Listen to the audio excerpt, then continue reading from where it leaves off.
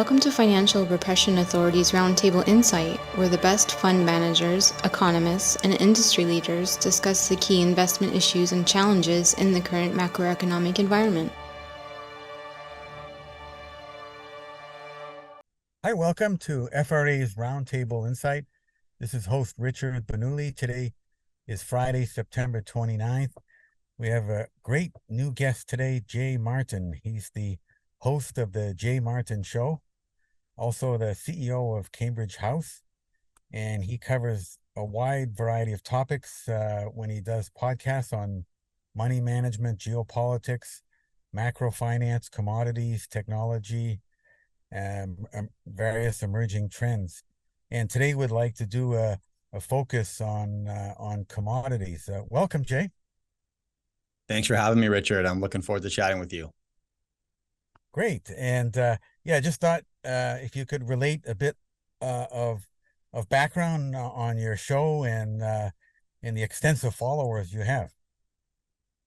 Yeah, sure. Love to, man. So I'm an investor first and foremost, Richard, and I do focus on the commodity sector, not exclusively, but that's where I have the largest competitive advantage, I would say. And so I spend a lot of my time inside the commodity sector. I launched my podcast. I launched the Jay Martin Show, podcast, YouTube channel, all this. Really, it was a very self-serving endeavor. It was four years ago. I wanted to borrow more brain capital from my network when it came to my own portfolio. And I wanted to stress test my theses more diligently and all of this stuff. So, I had a decent Rolodex from, being in the business for about 12 years and hosting conferences. And so I started inviting on money managers 2-3 times a week to just talk shop with, and it was, here's what I'm excited about. Here's how I'm approaching it. Here's the vehicles I'm looking at. And what do you think? And sometimes, and I'd specifically, sit down with people who had been in the game a lot longer than I had, made more money than I had and more mistakes, all of it. Right. And they could say, well, Jay, you're right on the money here, but I think you're 10 years too early and here's why. Or no, you're way off track. Here's what you're missing. Or yeah, I completely agree. And I'm pushing cash that way too. And so, it doesn't make my approach foolproof, but, it added a new layer of diligence to my investment decisions. And it's super fun. And I didn't expect the audience to grow like it did. But at the end of the day, you know what? I'm a retail investor. And so is my audience. They're the same as me. They're just looking for the smartest home for their cash, so I launched with that mission. I'm not a professional investor. I have a couple businesses, 3 kids. I got about 2 hours a day where I can actually focus on my portfolio, and that's about it. Okay. Sure. And so my audience is kind of like that, right? They're not pro investors either. They're retail investors just looking for the smartest home for their cash. And so they've jumped along for the ride. Yeah, it's your program show is fantastic. I'm a subscriber, follow it well, and I'm just fascinated with the insightful discussions and guests you have on your show. I appreciate that. It's a blast, to be honest. I'm the biggest beneficiary. I get the most out of it for sure. Yeah. Great. So today I know you've been a bull on commodities. So just wondering if we could explore that in a bit more detail. What your thoughts are on the commodities trend in general, where you see commodities going in the next short-term, medium-term, long-term, and what you see the main key drivers are in this bull market. Yeah, well, it's a good question. I think there's a couple factors at play here worth paying attention to, and the first is just basic supply and demand dynamics. It doesn't really matter which direction you look in the commodity sector, but especially if you're looking at hard commodities like metals, these are industries that have been massively undercapitalized for 12 to 15 years. Our demand has not slowed down for any of the raw materials that our world produces, but our investment in the extraction of those has ground to a halt more or less relative to 15 years ago.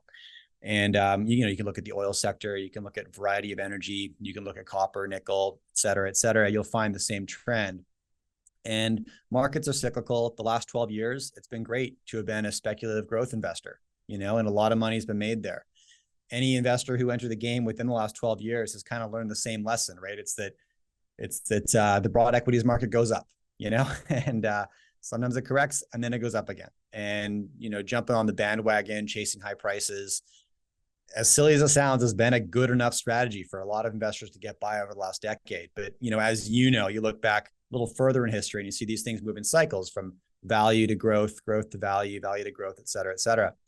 And so from a basic supply and demand standpoint, I'm very bullish on the commodities sector for that reason. And, demand really just moves one direction. We'll probably end up talking about the energy sector today, but I'm very bullish on energy right now. And if I hear voices that are counter to that, just high level, it often comes in the back of, well, yeah, demand is going up, but we're also looking at probably some kind of pretty deep recession in our near future here, maybe globally coordinated recession. And on the back of any coordinated recession like that, you're going to see massive demand destruction. And as demand goes down, prices fall as well, which on the surface sounds like it makes sense. But when you look at oil consumption, over the last 20 years and analyzed years like the 2008 financial crisis, oil consumption on a global level fell by just over 1% during the great financial crisis, the biggest financial crisis of my lifetime. I mean, during 2020, when we had everybody locked in their homes and, trains were stopped in the tracks, airplanes were grounded, cars were in garages, global oil consumption dropped by 8%, like single digit, and it bounced back real fast. So, us as a species, we're moving one direction, and that's towards more consumption because we're ambitious, busy, hungry, thirsty little animals, And so on the back of that, it's a pretty bullish outlook for commodities. But over the last few years, specifically since 22, there's been some geopolitical events that add a lot of fire to that thesis. And what I'm talking about is that, my entire life has been the era of increased globalization, right? Like continuous sharing, more and more sharing of the raw materials that the world needs, sort of an era of trust on a global level, fragile as it might have been. It was trust enough that whatever materials a country needed, if they had the cash or the credit, they could purchase from the global marketplace. It was all available to us. And that era, I believe, has come to a close. I don't think whatever happens next is going to be simple, quick or predictable, but we're definitely moving into the next era of history. And one thing I feel quite certain about in that era is that countries are going to be a lot more guarded with the materials that they have access to and the resources that they have access to. And so this puts a massive emphasis on the importance of securing supply right away, because you used to be able to buy your energy metals from China, no longer. You used to be able to buy raw nickel from Indonesia, no longer. Countries are guarding what they have. And so the consumers of all of these are going to have to get real serious, real fast about building the right alliances, investing in the right countries and projects to secure their supply chains, because nothing's guaranteed anymore. And this rush to gain supply chain security is gasoline on an already heavily weighted supply and demand, bullish supply and demand dynamic in the commodity sector. So a few more complexities today to look at that didn't exist 5 years ago, but they're bullish, absolutely. And those are great statistics on the oil sector, and a great observation on what's happening with commodity producers and the supply chain challenges. Are you bullish on particular sectors in the commodities complex, like agricultural commodities, industrial commodities, precious metals, energy? Yeah, from a high level, Richard, for the reasons that we discussed, just the supply chain security standpoint, I'm pretty bullish in general. However, when it comes to allocating capital, I stay in my lane, right? So I could look at agriculture. 25% of the world's grain market comes from Russia and the Ukraine. I don't invest in ag commodities, but like I understand why people are very excited about ag commodities right now.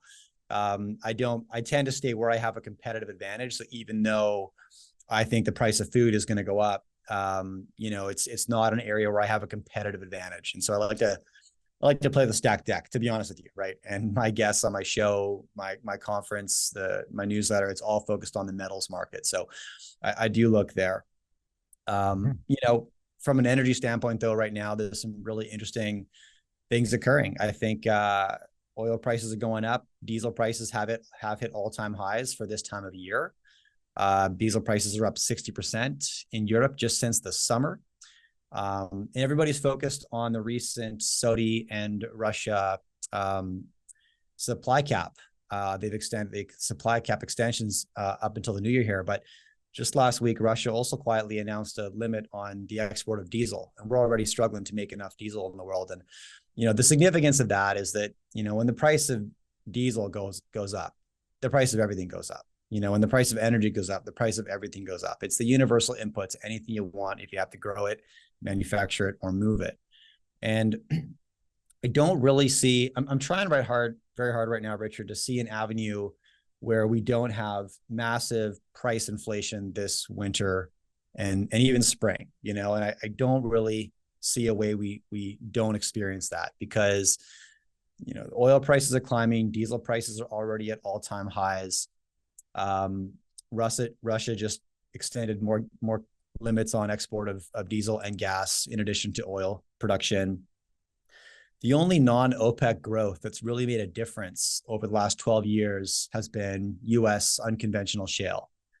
And according to last month's EIA report, that's now rolled over, and we're now declining production pretty steadily month over month. And October's forecast is less than September's, et cetera. The Permian Basin, which has contributed the most to that growth, is now rolled over and producing less and less each month. Now, whether that's due to undercapitalization or tapped resource doesn't really matter because it's not going to increase anytime soon. It takes time for that to turn around. And so it's no coincidence. Like the average American or Canadian might not be reading the EIA inventories, but I guarantee you the Saudis and the Russians are, and they're capitalizing on this opportunity to squeeze the energy market big time. And so on the back of that, I think we'll see a lot of price inflation across the board, ag products, wherever you look. My personal portfolio, I'm more exposed to the metals. And so right now I'm quite exposed to gold and silver producers. My rationale there, Richard, is not necessarily because I believe the market's going to take off this quarter or next quarter.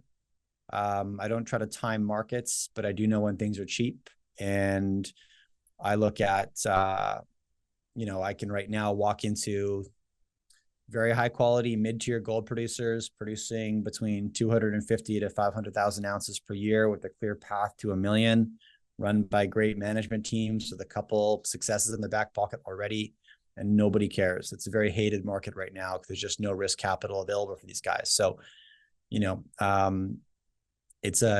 guess it's a contrarian bet, only because if you look at the liquidity in these companies, it's very, very low. It strikes me as odd that would be a contrarian bet right now, but it seems to be. I think it's only a matter of time before that shifts. When it does, the precious metals sector tends to shift pretty quickly, and so I'm building my positions today. So it sounds like you have a focus from the equity side, right, to invest in the commodities. Any interest or preference or ideas in like futures and options in the commodities way to play this? I don't play in the futures market, Richard. Again, it's too frequently, I think I see investors getting a bit more complex than is necessary and getting over their skis in terms of their portfolio activities. Sure. And look, I mean, if that's your area of expertise and you're good there, go for it, right? But where I look for upside, I've got a very simple portfolio, very barbelled, boring, safe, stable assets on one side. That's the bulk of the portfolio. Nothing in the middle, nothing in the broad equities market. And then on the other side, I'd like to go earlier stage, higher risk, junior producers and developers in the metal sector. Yeah. Oh, that's great. Yeah, good words of wisdom. You mentioned earlier on Saudi, Russia cutting production. Do you think this represents like a geopolitical risk on investing in commodities? Are they doing it because they're looking to counter U.S. Federal Reserve policy, right? The idea of the Federal Reserve trying to use monetary policy to address the challenges of rising commodity prices. So is this something geopolitical that the Saudis and the Russians are doing? Yes. Yeah, absolutely. I believe so. I mean, countries will weaponize what they have access to. And the United States has access to the world reserve currency. And we've got a lot of leverage there, right? Confiscating $600 billion of USD reserves from Russia was a bold statement.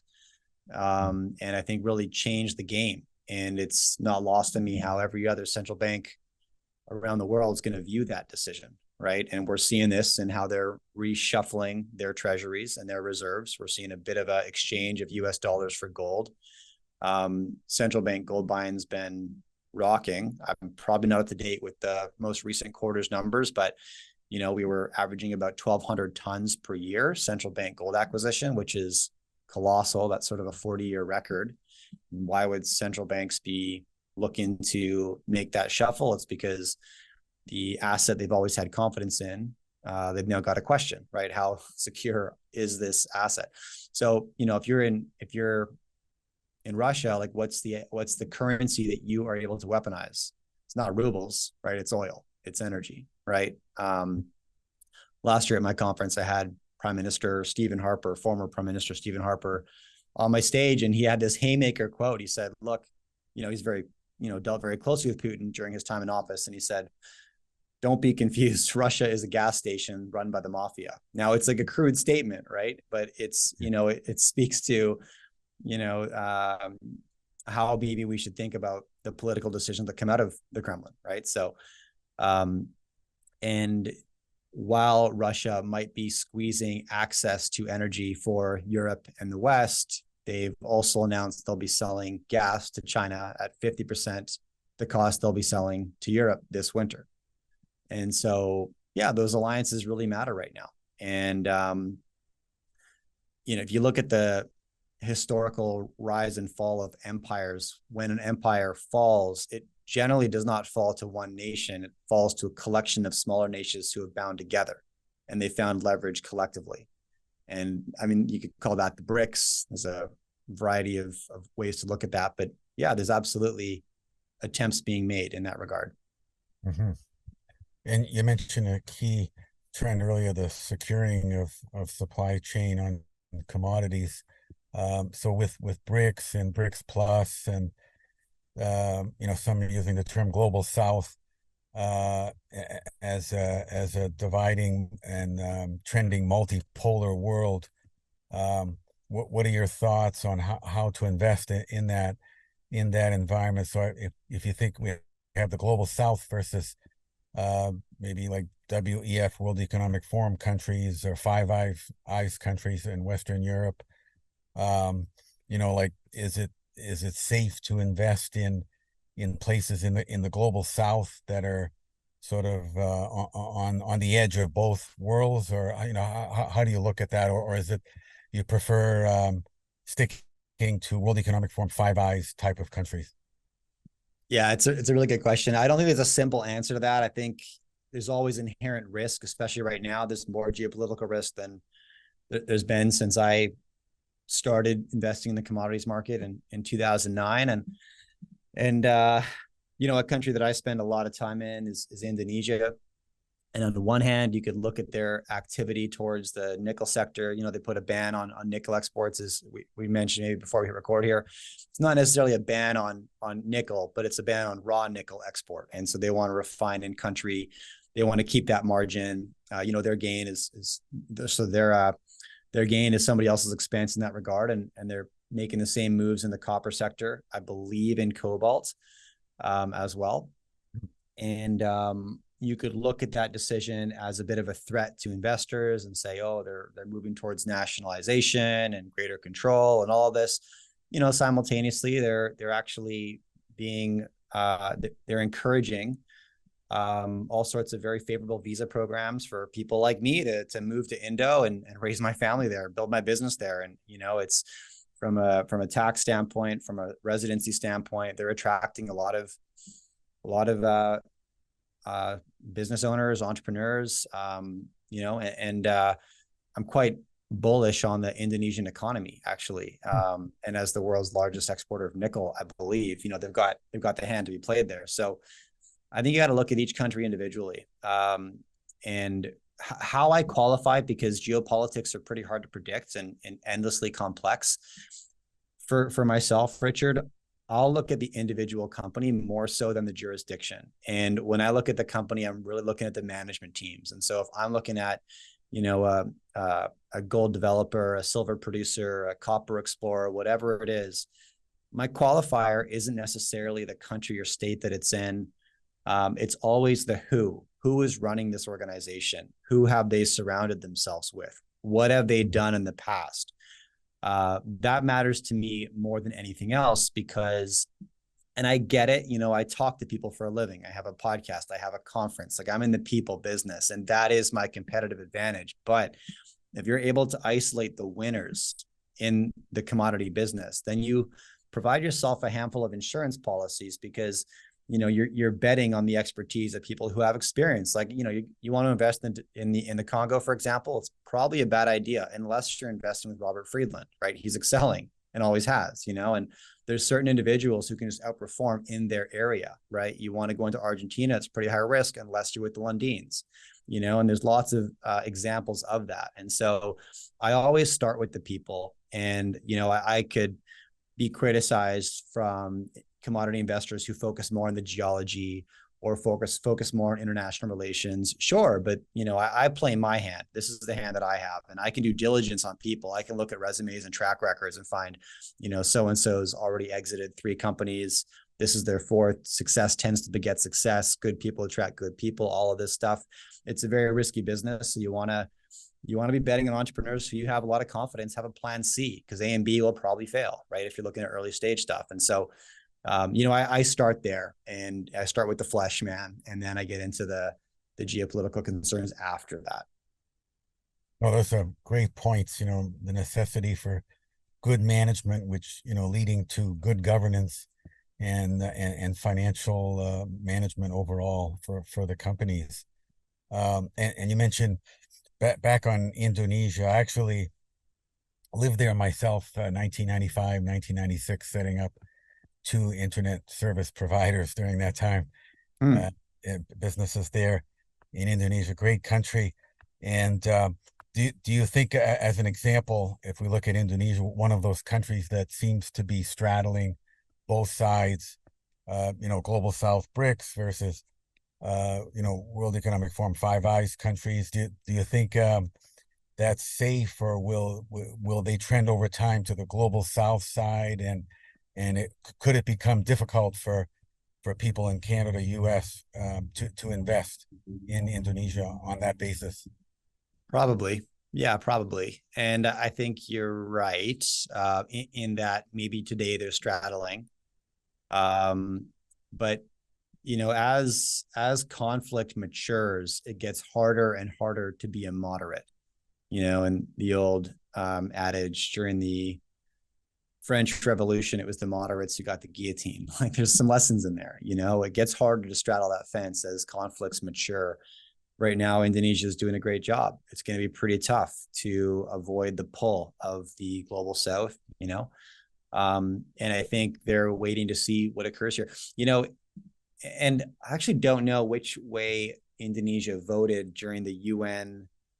The UN votes every year, last 2 years anyways, on whether or not they should condemn Russia's invasion of Ukraine. And it was like 141 voted to condemn, 38 voted to or just abstained or just voted no. And you can look at that and say, oh, they're voting on Russia and Ukraine, but really I see it as a proxy vote. They're either pledging allegiance to the US or to China with that vote. And so on a global level, in 22 and 23, I had around 141 countries pledge allegiance to the United States, 38 pledged allegiance to China, but in reality, it was like 8 pledged allegiance to China and 30 abstained. They weren't quite sure which camp they wanted to jump in yet. And we're going to see a lot of that moving forward. And it's too early to say, like, where's Indonesia going to land in 20 years here? I got 3 young kids. So when you talk about investing in a country like Indonesia, whether from an equity standpoint, from a real estate standpoint, I'm thinking about where I might lay the foundation for my kids and therefore my grandkids. And it's real hard to predict what might occur, 10, 20 years down the road. And so stay nimble right now. That's why I like the barbell approach. It's like I can speculate and be aggressive over here, but I do so from a position of strength. Build the moat before you try to build the castle mentality. Mm-hmm. And other countries where you might invest, like on the mining companies you mentioned earlier, is there any risk management considerations that you provide for actual nationalization of whatever it is, precious metals, copper, or export prohibitions? This being different from what you mentioned earlier with the commodities producers moving up the value chain, like Indonesia with nickel. Yeah, just your thoughts on that, for risk management. Outside of what I've shared, Richard, I'd say I'm pretty exposed to Canada right now. I've got some big positions in Saskatchewan in the uranium sector. And it's strictly from a mineralization standpoint. I think that we're going to need a lot more uranium in the future. There's only a few places to get it. And the second most rich basin in the world is in Saskatchewan, Canada. And so I'm quite exposed there. I think that any near-term political complications that may exist in Canada will eventually get displaced by business. I think that's the inevitable outcome. I'm quite exposed to companies in the precious metal sector through Idaho, through Nevada, so very close to home. These are, they're safe bets. I mean, Nevada is arguably the best gold jurisdiction in the world and has been for quite a long time. And so those aren't necessarily geopolitically risky bets, and I'm going more aggressively into those locations right now. If I looked at my portfolio, there's definitely less global diversification than there used to be. I'm not shying away from it, but to answer your question, I am consolidating closer to home, closer to governments who have a track record of being predictable and just. You could ask all kind of questions about how predictable or just is the Canadian or American government, but it's a relative question, I would say, relative to where. That's what we're dealing with. So. But yeah, at least geographically from your perspective, it makes sense. Very strategic on the uranium in Saskatchewan, right? Given what's happening internationally, right, in the uranium market. Yeah, 100%. I'm also quite exposed to Mexico, I should say. And again, leading with entrepreneurs, I always start with the people. But got quite a lot of silver exposure in Mexico. And I feel good about that. Mexico recently became the U.S. largest trading partner, supplanting China.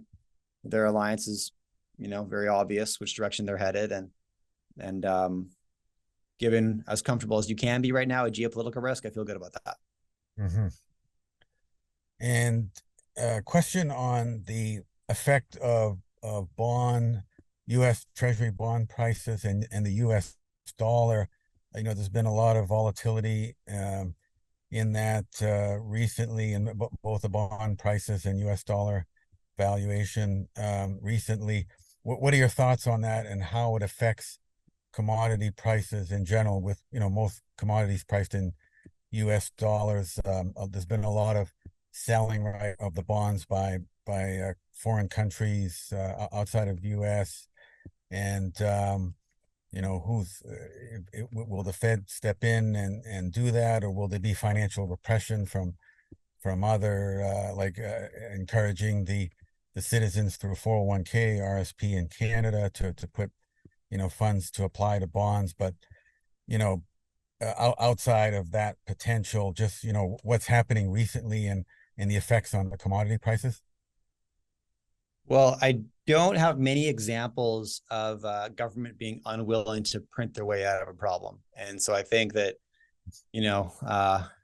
birth, death, taxes, and money printing are the guarantees that we have in life, So I expect monetary inflation to continue. Absolutely. How that impacts commodity prices, bullish, I suppose, just as they're priced in US dollars. And that's just basic monetary inflation. Absolutely. More of that. Well, great. Awesome. It's been a very insightful discussion. You brought up a lot of great points, great perspective. Any final thoughts? And also, how can our listeners and viewers learn more about your work?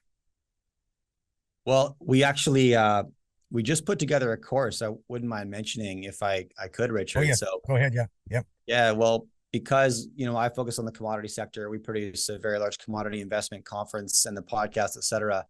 I've gotten a surge of requests from investors over the last 12 months asking how to begin investing in the commodity sector and how to begin constructing a portfolio. And as you know, there's like 100 different ways you could answer that question, and they could all be right depending on that individual's risk tolerance, available capital, and time horizon. So what we've done is we created what we call the Commodity University. And this is like a 101 workshop on understanding the supply and demand dynamics in the commodity sector. We do deep dives into sort of 5 major buckets in the commodities landscape, looking at gold, silver, copper, uranium, and energy metals as a whole, and then right into portfolio construction. It's definitely a beginner course. I mean, chapter 1 covers what is a commodity, and 10 chapters later, you're building a portfolio. But I'm very excited to get this in the hands of investors because I'm seeing sentiment shifts.